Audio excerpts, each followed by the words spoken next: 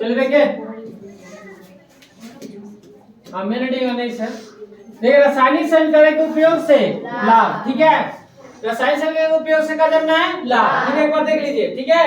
अब देख किसी भी रासायनिक अभिक्रिया का समीकरण के रूप में निरूपण का होता है, निरूपण आसान होता है। रासायनिक देखिए, किसी भी रासायनिक अभिक्रिया का समीकरण के रूप में निरूपण का हो जाता है आसान। मतलब कोई भी रासायनिक अभिक्रिया है उसको अगर रासायनिक समीकरण के रूप में दिखाएंगे तो उसको आपको क्या लगेगा, आसान लगेगा। जैसे कहने का मतलब ये है, जैसे हम ले लेते हैं C+O2 ना, क्या दिया जी CO2।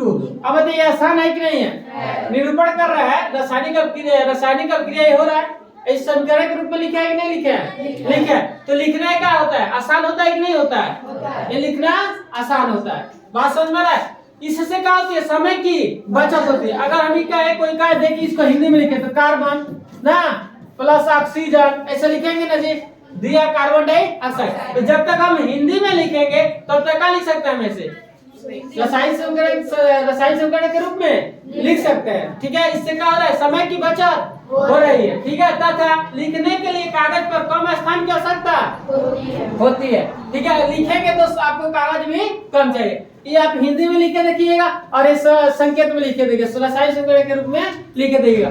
सबसे ज्यादा पढ़ना किस में लगेगा, हिंदी में लिखने में कि इसमें, हिंदी में लिखने में लगेगा। तो इससे क्या होती है, समय की बचत है। किससे, रासायनिक समीकरण से। ठीक है, कागज पर कम स्थान की आवश्यकता होती है और लिखने में भी समय की बचत होती है, इंक भी कम लगेगा।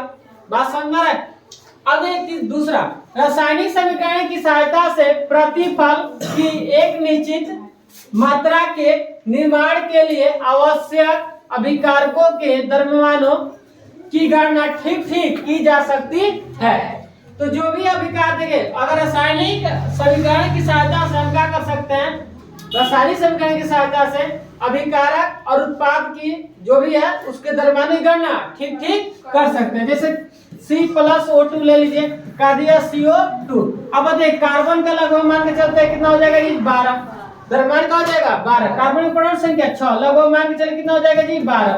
तो 12 हो गया ना, इसका कहा जाएगा जी ऑक्सीजन कितना होता है जी 8, इसका कहा जाएगा लगभग 16 ना।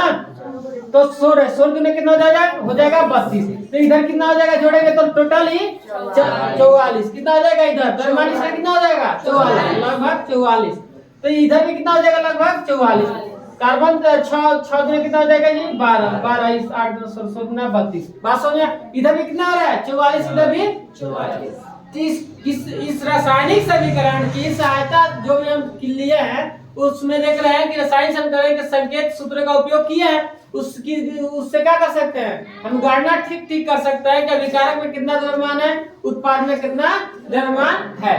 इससे रासायनिक समीकरण से ये हमें लाभ हो रहा है कि हम इसकी गणना ठीक कर सकते हैं। बात समझ में, अगर हिंदी में लिखेंगे, अगर इसको हिंदी में लिख के देखेंगे तो इसकी गणना हम ठीक नहीं कर सकते हैं। बात समझ में आ रहा है। तो रासायनिक समीकरण के उपयोग कर रहा है तो उसको हमें इससे हमें ये लाभ हो रहा है कि अभिकारक में कितना द्रव्यमान है, उत्पाद में कितना द्रव्यमान है, इसकी गणना हम ठीक कर सकते हैं। ठीक है, तीसरा देखिए, तीसरा ये है कि संपूर्ण विश्व में एक ही प्रकार के रासायनिक संकेतों का उपयोग होता है। संपूर्ण विश्व में, पूरा वर्ल्ड में एक ही प्रकार के रासायनिक संकेतों का उपयोग होता है। ठीक है, ये नहीं कि हमारे यहाँ जैसे मान के चले हमारे यहाँ का H मतलब क्या होता है, हाइड्रोजन। H मतलब क्या होता है, हाइड्रोजन। ठीक है, बात समझ में आ रहा है। तो इसका मतलब अमेरिका में जाएंगे तो H का मतलब दूसरा नहीं होगा, क्या होगा, हाइड्रोजन में होगा। अब बताइए Na मतलब क्या होता है, सोडियम। ये हमारे भारत में क्या पढ़ा है, Na मतलब सोडियम। क्या अमेरिका में चलेंगे तो Na का मतलब दूसरा पड़ेगा, नहीं, ये चेंज होता नहीं है।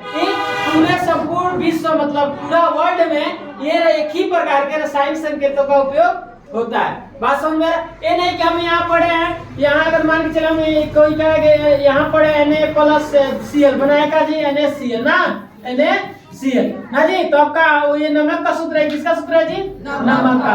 तो आप बताइए नमक का सूत्र है तो क्या हम यहाँ NaCl बोलेंगे, अमेरिका में का NaCl दूसरा पढ़ाएगा, NaCl मतलब क्या वहाँ दूसरा कहेगा, वहाँ तो ये नहीं कहेगा चीनी का सूत्र है, वो भी क्या बताएगा NaCl नमक का सूत्र है। बात समझ मेरा, ये चेंज होता नहीं है। ये देख रहे हैं संकेत, Na मतलब का सोडियम, Cl मतलब का क्लोरीन। बात समझ में आ रहा है? तो आप समझिए, तो ये चेंज होता नहीं है। भारत में इसका मतलब ये होता है, तो अमेरिका में, सऊदी में कहीं भी जाएंगे तो इसका मतलब वही होगा। Na मतलब सोडियम, जैसे Mg मतलब का मैग्नीशियम पड़ा है, तो क्या दूसरे देश में जाएंगे तो Mg का मतलब दूसरा पड़ेगा? नहीं, ये बदलता नहीं है। बात समझे? ये हमें का लाभ है कि नहीं है? अगर बदल जाता तो बताइए हमें दिक्कत होती कि नहीं दिक्कत? अगर मान के चलिए हम भारत में पढ़े हैं, O मतलब ऑक्सीजन, O का मतलब का ऑक्सीजन, ठीक है? भारत में पढ़े ऑक्सीजन परमाणु संख्या 8, तो अगर O का मतलब भारत में पढ़े ऑक्सीजन और दूसरे देश में अगर चेंज रहता तो वहां O का मतलब दूसरा पढ़ाता, तो हमें दिक्कत होती कि नहीं? दिक्कत हो जाती। इसलिए यहाँ ये चेंज होता नहीं है। बात समझ में आ रहा है? ये हमें क्या है? ये लाभ हो रहा है, ठीक है? अतः वैज्ञानिकों को रासायनिक संकरण की जानकारी प्राप्त करने में किसी भी प्रकार की कठिनाई नहीं होती है।